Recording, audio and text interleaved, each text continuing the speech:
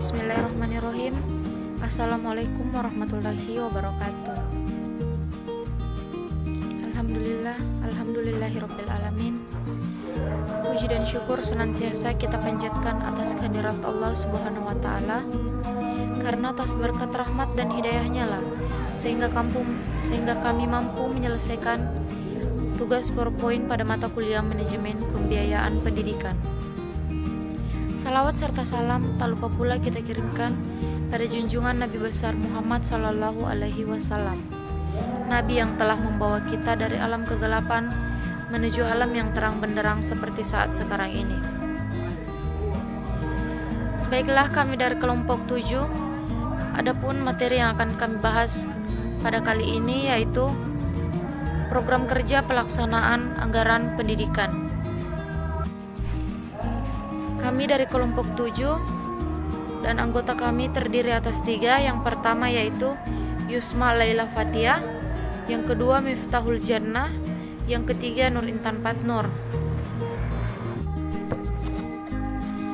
Adapun judul materi yang akan kami bahas terbagi menjadi 3, yaitu 1. Menganalisis kegiatan dan sasaran pendidikan, yang kedua menganalisis dan menyusun jaringan pekerjaan, yang ketiga menganalisis biaya pendidikan.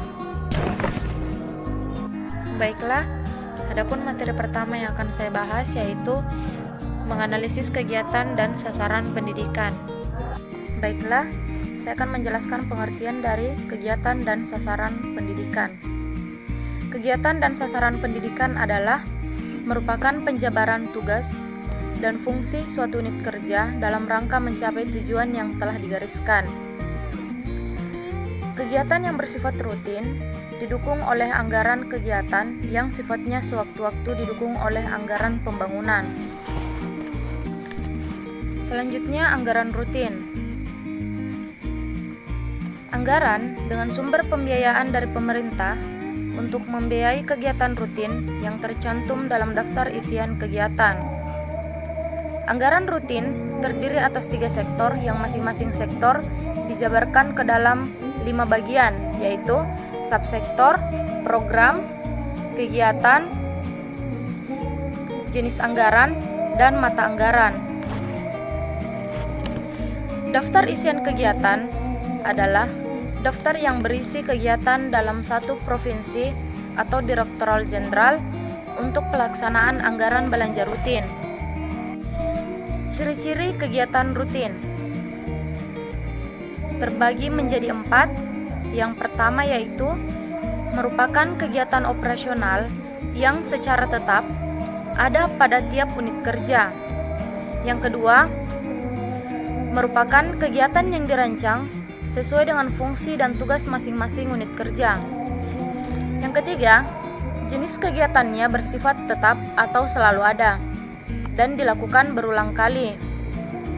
Yang keempat, jumlah pengeluarannya cenderung selalu meningkat sebagai dampak dari adanya perubahan cara serta penggunaan bahan. Baiklah, itulah materi yang sempat saya sampaikan. Selanjutnya, saya serahkan kepada pemateri selanjutnya. Selanjutnya, dalam kegiatan rutin ada 5 jenis pengeluaran, yaitu yang pertama belanja pegawai, yang kedua belanja barang, yang ketiga belanja pemeliharaan, yang keempat belanja perjalanan, yang kelima subsidi atau bantuan. Anggaran pembangunan. Dengan adanya anggaran pembangunan tidak terus-menerus setiap tahun, dalam istilah yang umum sering disebut dengan capital cost atau capital outlay atau kapital sama dengan modal atau biaya yang digunakan untuk keperluan modal pertama atau buat tambahan, misalnya untuk penambahan lokal, pembelian alat-alat pembelajaran, pembelian kendaraan dinas, dan sebagainya yang dinyatakan dalam bentuk proyek.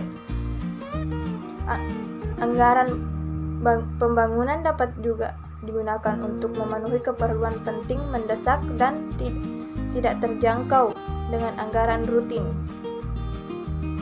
Selanjutnya, kegiatan pembangunan. Kegiatan pembangunan yaitu investasi yang bersifat spesifik untuk pembaharuan atau inovasi guna meningkatkan kinerja atau performance atau kemampuan kapasitas suatu lembaga atau lingkungan.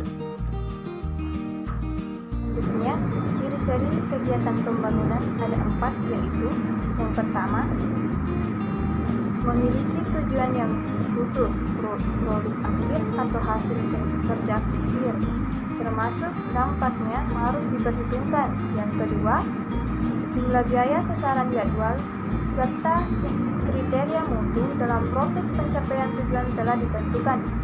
Yang ketiga, bersifat sementara, dalam artinya umurnya dibatasi oleh selesainya tugas. Titik awal dan akhir ditentukan dengan jelas.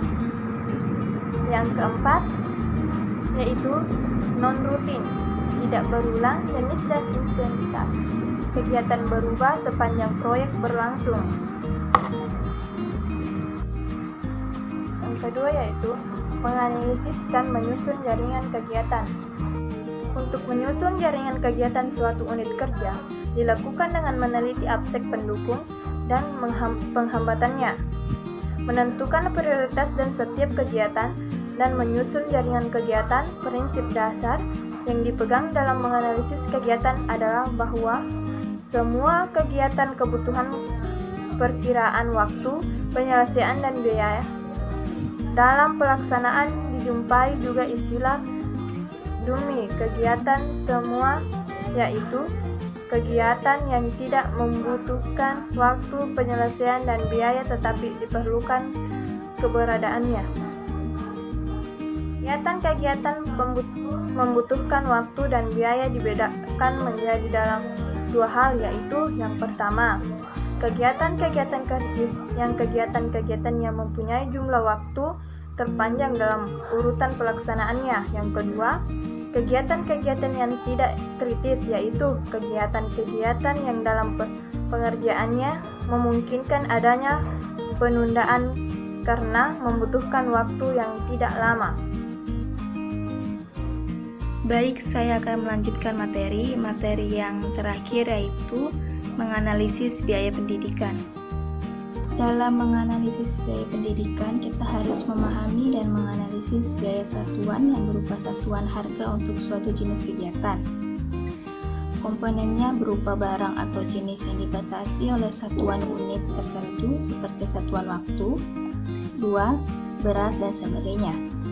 Biaya satuan ini ditujukan untuk menghitung biaya per kegiatan atau per mata anggaran, baik penganggaran rutin maupun pembangunan. Selanjutnya, biaya pendidikan akan efektif jika dianalisis dengan mempertimbangkan beberapa faktor, yaitu 1. Data dan informasi yang tepat dan akurat, serta definisi yang jelas tentang sistem pendidikan. Kedua, rasa memiliki para pengelola pendidikan terhadap dunia pendidikan. Yang ketiga, pemahaman analisis terhadap data pendidikan yang bersifat kuantitatif dan kualitatif, serta pemahaman terhadap data jumlah dan mutu guru, jumlah dan mutu sarana, jumlah dan sarana prestasi belajar siswa, dan lain sebagainya. Yang keempat, socially acceptability, tingkat penerimaan masyarakat terhadap program yang diusulkan. Yang kelima, economically beneficial, program yang diusulkan secara ekonomis menguntungkan. Yang keenam, technically practicable, secara teknis program itu bisa dilaksanakan. Yang ketujuh, organizationally manageable, secara organisatoris program yang diusulkan dapat dikelola. Yang kedelapan, ketersediaan sumber daya meliputi prasarana, sarana atau peralatan, manusia atau pegawai, dan dana. Selanjutnya, biaya satuan yang ideal adalah biaya satuan yang dapat memenuhi kebutuhan untuk menyelesaikan setiap kegiatan yang terdapat dalam program dan berlaku untuk semua wilayah. Mengingat keadaan wilayah Indonesia yang cukup luas, maka untuk memadukan perencanaan biaya satuan, maka disusun dalam RAPBS, Rencana Anggaran Pendapatan dan Belanja Sekolah. karena sangat menunjang untuk memudahkan penyusunan biaya satuan rata-rata secara nasional. Maka dalam biaya satuan ini memiliki berbagai sudut pandang yang memudahkan untuk mengenal biaya satuan per unit kerja, biaya satuan per perangkat, termasuk dalam anggaran rutin ataupun pembangunan.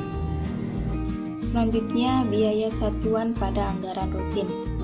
Biaya satuan pada anggaran rutin dipengaruhi oleh yang pertama, pembaruan peraturan dan prosedur, seperti pembaruan standarisasi sekolah dan UPT.